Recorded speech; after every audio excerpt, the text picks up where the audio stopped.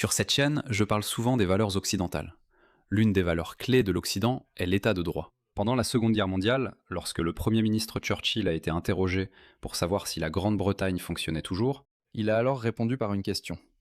Nos tribunaux rendent-ils toujours la justice? Quelqu'un a répondu oui. Il a alors déclaré que la Grande-Bretagne fonctionnait toujours. Telle est l'importance de la loi.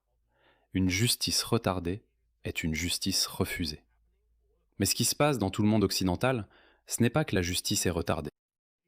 Elle est complètement refusée. Regardez cette dernière parodie de justice en Australie. Regardez ce juge. Je ne comprends pas pourquoi ils ont autant de mépris pour la civilisation occidentale. Cette même civilisation qui leur a donné tant de raisons d'être fiers. Un homme musulman libanais, avec des tatouages du Hezbollah sur le cou, s'est promené dans Sydney, incendiant des voitures et taguant Nique Israël. Ce juge de la Cour suprême de la Nouvelle-Galles du Sud en Australie, la Cour suprême n'est pas la plus haute juridiction. La Haute Cour est la plus haute juridiction, juste pour information. Donc ce juge de la Cour suprême de la Nouvelle-Galles du Sud, Desmond Fagan, a statué que ces tatouages au cou Hezbollah n'indiquaient pas nécessairement un soutien au Hezbollah ou à son idéologie.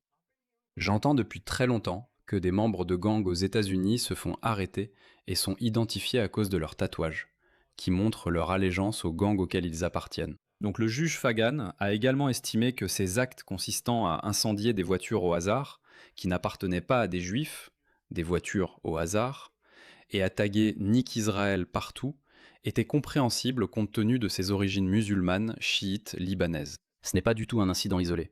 Regardez ce type à gauche, c'est un réfugié irakien. Il a agressé sexuellement une fille de 14 ans. Et il a été relâché, parce que le gouvernement travailliste a dit au juge que si vous donnez à quelqu'un une peine de plus de 12 mois, alors il sera expulsé. Donc ces juges, la plupart d'entre eux sont des wokistes. Ils ne veulent pas que cela arrive. Ils veulent remplacer les populations natives par ces envahisseurs étrangers. Je veux dire, même si, disons, pour les besoins du raisonnement, même si vous vouliez faire venir des gens de toutes les races, de toutes les cultures, au moins amenez les bons, pas les violeurs, pas les meurtriers. Le Sud global est immense. Vous pouvez peut-être en faire venir quelques bons. Je ne sais pas. Je ne crois plus au multiculturalisme. Même les bons seront culturellement dangereux. Oui. Même si vous êtes chirurgien, médecin ou scientifique venant d'Irak, de Syrie, du Pakistan ou d'ailleurs, à un moment donné, plus tard, ils vont remettre en question la culture native de l'Australie ou de n'importe quel pays où ils vont. J'ai toute une liste de ces juges. En voici un autre. Cela s'est aussi produit en Australie. Un escroc nigérian qui a été emprisonné pour avoir violé sa propre femme est autorisé à rester en Australie. Ce type est notre ministre de l'Intérieur, le pire de tous. Et regardez, on connaît déjà son point de vue idéologique. Regardez-le. Le voilà en train de nous dire qu'aucune intégration ou assimilation n'est nécessaire. Le concept de l'immigration, c'est que les gens, quand ils viennent en Australie, veulent faire partie de l'Australie. C'est ce que les gens veulent. Et je n'ai jamais accepté le mot assimilation. Je ne veux pas que les gens perdent ce qu'ils sont. Le mot intégration est utilisé dans le dialogue multiculturel depuis très longtemps. Et c'est ça. On veut les gens pour ce qu'ils sont. Je n'ai jamais adhéré à ce concept de melting pot, où toute ton identité est censée être dissoute. Je parle souvent de la façon dont les gens peuvent être blessés à cause de leurs croyances ou de leur idéologie. Mais il existe un autre type de préjudice qui se produit discrètement, sans que la plupart des gens ne s'en rendent compte. Je parle de la collecte et de la vente de vos données personnelles. Et si je vous disais que votre adresse personnelle, votre email, votre numéro de téléphone et même des informations sur votre famille pourraient déjà être en ligne sans que vous le sachiez. Chaque jour, des courtiers en données et des sites web publics collectent, publient et vendent des informations personnelles. Cela peut entraîner du spam, des arnaques, des vols d'identité et même mettre votre vie privée en danger. C'est pourquoi j'aime Incogni. Il suffit de saisir votre adresse email et Incogni trouve automatiquement où vos informations personnelles sont exposées et envoie des demandes de suppression en votre nom. Le tableau de bord de l'application vous fournit des rapports détaillés montrant exactement où vos données ont été supprimées. Et avec le forfait illimité, vous pouvez aller encore plus loin. Collez simplement le lien d'un site exposant vos informations personnelles et les experts d'Incogni en protection de la vie privée s'occupent du reste, avec des suppressions sur mesure. Commencer ne prend que quelques minutes et après une autorisation unique, Incogni s'occupe du plus gros du travail à votre place. Reprenez le contrôle de votre vie privée maintenant. Utilisez mon code spécial pour bénéficier de 60% de réduction sur tout abonnement annuel Incogni, avec en plus une garantie de remboursement de 30 jours. Scannez le QR code ou cliquez sur le lien ci-dessous pour commencer à supprimer vos informations personnelles d'Internet. Ils ne peuvent pas vous nuire s'ils ne vous trouvent pas. Donc si ce sont leurs opinions, Alors t'es surpris? il veut que des Nigérians, des Syriens, des Somaliens et des Soudanais viennent. Il veut qu'ils viennent et ne s'intègrent pas. N'assimilez pas. Apportez votre culture de la machette. Apportez votre culture du viol et des agressions sexuelles. C'est parfaitement acceptable. Cela empire. Je l'ai dit il y a presque 2 ans. Femmes australiennes, préparez-vous parce que cela va vous arriver à une échelle que vous ne pouvez pas imaginer. Pourquoi ai-je dit cela? Parce que j'avais déjà vu cela se produire partout en Europe et au Royaume-Uni. Regardez ceci. Un délinquant sexuel condamné pour des crimes contre des enfants, originaire de Sierra Leone, affirme que lui accorder la résidence permanente pourrait réduire son risque de récidive en Australie. Il dit donc « Donnez-moi la résidence permanente et je ne recommencerai pas. Mais si vous ne me donnez pas la résidence permanente, ou si vous me déportez, alors je recommencerai. » Et devinez quoi? Devinez ce qui s'est passé.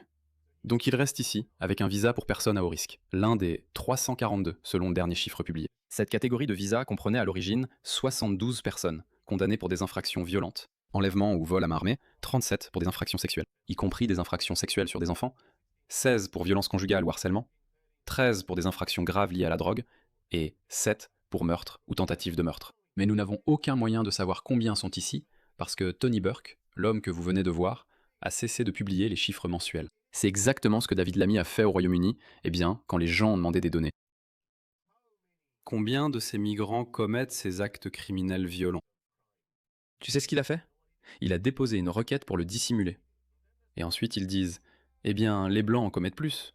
Ils ne nous donnent aucune donnée. » Certaines personnes brillantes ont déjà fait un excellent travail grâce à diverses autres sources, qui vont toutes dans la même direction.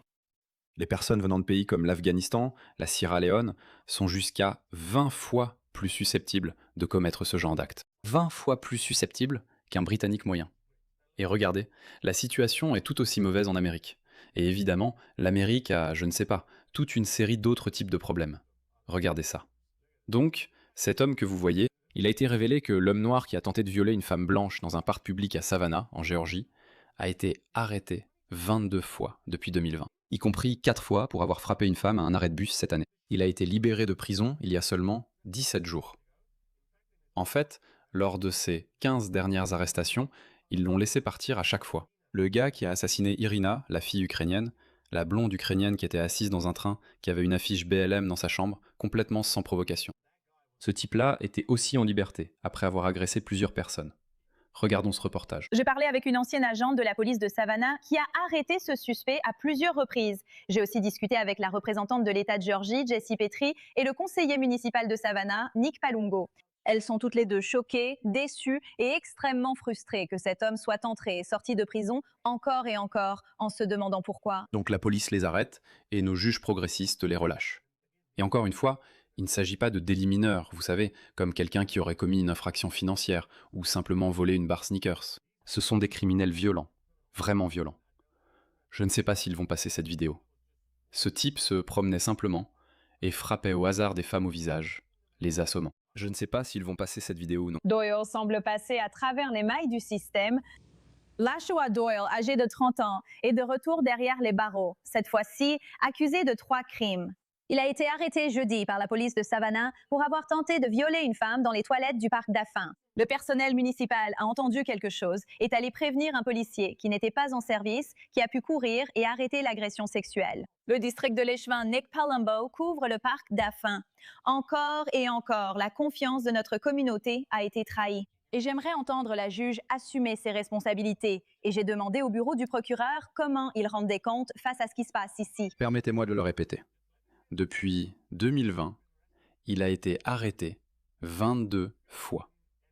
Et lors de ces 15 dernières arrestations, ils l'ont laissé repartir à chaque fois. C'était sa 8e arrestation rien qu'en 2026. Nous sommes en août. Et alors? Une arrestation chaque mois. Quelle chance de réhabilitation cette personne a-t-elle?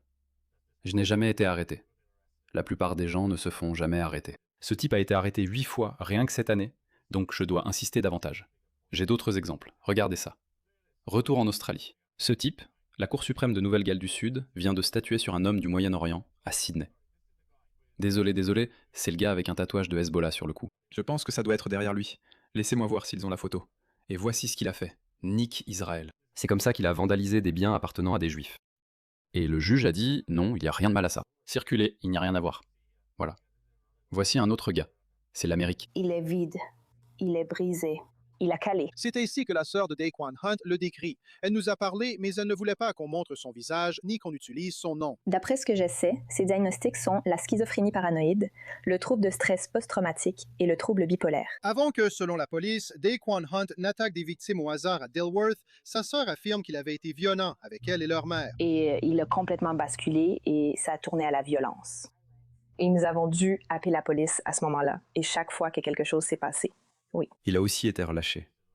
Regarde celui-ci, c'est drôle. Le trafiquant de drogue albanais Shpresam Koka a échappé à une mesure d'expulsion après avoir purgé une peine pour trafic de drogue et blanchiment d'argent, parce que sa fille fait pipi au lit. Il a dit à la cour d'appel que sa fille avait besoin d'une intervention thérapeutique à cause de ses accidents, qui se sont aggravés pendant son séjour en prison. Vous ne pouvez pas m'expulser. Ma fille fait pipi au lit. Pourquoi ne pas emmener votre fille avec vous aussi ? Désolé, nous ne pouvons pas punir sa fille. Que voulez-vous dire par punir sa fille ? Il est albanais, il ne fait que retourner dans son pays d'origine. Regardons un autre cas. Un ressortissant iranien, ce n'est pas l'un de ces bons Iraniens. Vous savez, il y a les Iraniens laïcs et puis il y a les Iraniens islamistes. Lui, c'est un Iranien pro-Palestine. Un ressortissant iranien qui a drogué et violé une fille de 13 ans dans sa chambre ne sera ni expulsé ni emprisonné et continuera de recevoir le soutien de la NDIS, financé par les contribuables, tout en vivant librement dans la société. Et c'est ainsi qu'ils sont agressifs envers les gens du pays. 7 hommes qui ont lancé des objets et poussé des poubelles contre la police lors d'une manifestation à Southampton à propos du meurtre de Henry Novak. Donc cela s'est produit en juin, en mai. Ils ont été emprisonnés pendant des années par une juge qui a laissé plusieurs pédophiles en liberté. Il s'agit de la juge Maggie Scott. Il a laissé le violeur d'enfants Daniel Sziladji, qui a violé une fille de 12 ans, en liberté. Voyez, cet homme, c'est Daniel Sziladji, donc il n'est pas musulman. Mais ces gens-là, ils ont leur propre vision du monde tordue, les gars. Ils ont un faible pour les violeurs et les pédophiles. J'ai vu une vidéo où ce type, un gauchiste wokiste complètement fou, avançait cet argument. Il disait qu'on devait montrer de la compassion et de l'amour envers les violeurs. Vous savez, ils ont besoin de notre amour et de notre attention. Parce que si quelqu'un fait quelque chose comme ça, alors il y a un problème. Ouais, il y a un problème. Rétablissez la peine de mort. Elle lui a accordé une dispense absolue de peine, malgré le fait qu'il ait plaidé coupable. Elle a également suscité l'indignation en faisant l'éloge du violeur algérien Amachi Hamza pour s'être installé en Grande-Bretagne et avoir ouvert un salon de coiffure. Elle a déclaré que le prédateur méritait d'être reconnu pour avoir surmonté un passé très difficile afin de devenir un entrepreneur prospère en Écosse. Laissez-moi trouver la vidéo dont je parlais. Regardez ce type. Laissez-moi vous prévenir, cela va vous mettre en colère. Des mouvements plus larges de personnes qui sont activement engagées dans la lutte militante, l'entraide et la résistance. Nous ne pouvons pas simplement créer de petits mouvements fermés de personnes qui parlent déjà notre langage. Les cercles de soins et de responsabilité fonctionnent mieux que de punir les personnes qui ont commis des violences sexuelles pour les faire arrêter. C'est comme si l'abolitionnisme était tellement pragmatique et pourtant, ironiquement, on nous accuse toujours d'être utopistes. On nous accuse d'être des utopistes. Tu ne peux vivre nulle part et tu ne peux travailler nulle part. Ils sont appliqués aux personnes de la grande serre, au lieu d'essayer de dire « non, nous ne sommes pas des délinquants sexuels ». C'est un concept inventé pour cibler nos communautés et beaucoup d'autres communautés. Et nos mouvements sont trop petits pour répondre aux besoins des personnes de nos communautés qui sont en crise et pour lancer des luttes efficaces pour arrêter la police. Qu'est-ce qu'il raconte ? Je comprends même pas. Lire dans le parc et arrêter le pipeline et fermer l'usine d'armes. On doit faire tout ça. Et on a besoin de beaucoup plus de monde. Le contexte carcéral dans lequel nous vivons a imposé sur le plan culturel un récit sur la sécurité qui est terrible pour nous tous. Je ne comprends pas ce qu'il dit pour être honnête. Je me fie juste à... D'après ce titre. Les professeurs abolitionnistes disent que les violeurs devraient être soumis à des cercles de prise en charge et de responsabilisation, et non à une punition. Le professeur de droit à Seattle University, Dean Spade, le clown que vous avez vu à droite, et la professeure de criminologie de Birkbeck, S. Lambell, s'opposent à la prison. C'est ce qu'il voulait dire par abolitionniste. Je disais, qu'est-ce qu'il entend par abolition ? Comme il n'y a pas d'esclavage en Occident. Les abolitionnistes, ces personnes croient à l'abolition des prisons. S. Lambell pose la question la plus difficile de l'abolition des prisons. Que fait-on des violeurs et des personnes qui commettent des violences sexuelles graves ? Ouais, revenons à autre chose. Voilà, un migrant du Ghana a traqué des femmes dans les rues d'Oklahoma City. Il en a attaqué une, ils l'ont relâchée. Il en a attaqué une autre, ils l'ont encore relâché. Ensuite, il a essayé de violer une troisième femme en plein jour et des pompiers l'ont maîtrisé pour la sauver. Il a été arrêté plus de 20 fois. Jetons un œil à ce personnage. Laissez-moi deviner. Jeff Acier, 26 ans, a été en prison 3 fois au cours des 2 dernières semaines, toujours pour avoir prétendument agressé des femmes. Le 1er août, près de Northwest 23e et Classen, la police a été appelée pour un possible viol. Azier aurait poussé une femme contre la vitre d'un arrêt de bus et glissé ses mains dans son pantalon. La police a également été informée par une autre femme qu'Azier s'était approché d'elle par derrière alors qu'elle marchait sur Classen et lui avait baissé son pantalon. Elle a réussi à le repousser et à s'enfuir. Il a été arrêté pour agression sexuelle et exhibitionnisme. 5 jours plus tard, près du parc Six-Ortailles, il est accusé de s'être approché d'une femme par derrière et de lui avoir attrapé les fesses à plusieurs reprises. Lorsqu'elle s'est retournée, il aurait été en train de fouiller dans son pantalon. Mais lorsqu'elle lui a demandé de partir, il s'est éloigné. La police l'a repéré plus tard, il l'a arrêté pour agression sexuelle. 6 jours plus tard, le mercredi de cette semaine, l'incident du sentier du lac Hefner s'est produit lorsqu'il se serait approché d'une femme par derrière, l'a fait tomber et a tenté de la violer. Les pompiers l'ont arrêté et ont appelé la police. Maintenant, sa caution est fixée à 75 000 $, mais le bureau du procureur a déclaré aujourd'hui que le plan est d'essayer de la faire augmenter à cause de tous ces incidents. Aujourd'hui, nous avons demandé aux autorités pourquoi aucune accusation formelle n'a été déposée dans aucune de ces affaires. La police d'Oklahoma City m'a dit qu'elle travaille en étroite collaboration avec le bureau du procureur. Ils continuent de les relâcher, les gars, mais c'est l'état de notre système judiciaire. Je comprends pas pourquoi ils ont autant de compassion pour les criminels. Est-ce que c'était John Adams qui a dit que rendre justice aux criminels, c'est faire preuve de cruauté envers la victime? Fetter doit se retourner dans sa tombe. Churchill doit se retourner dans sa tombe.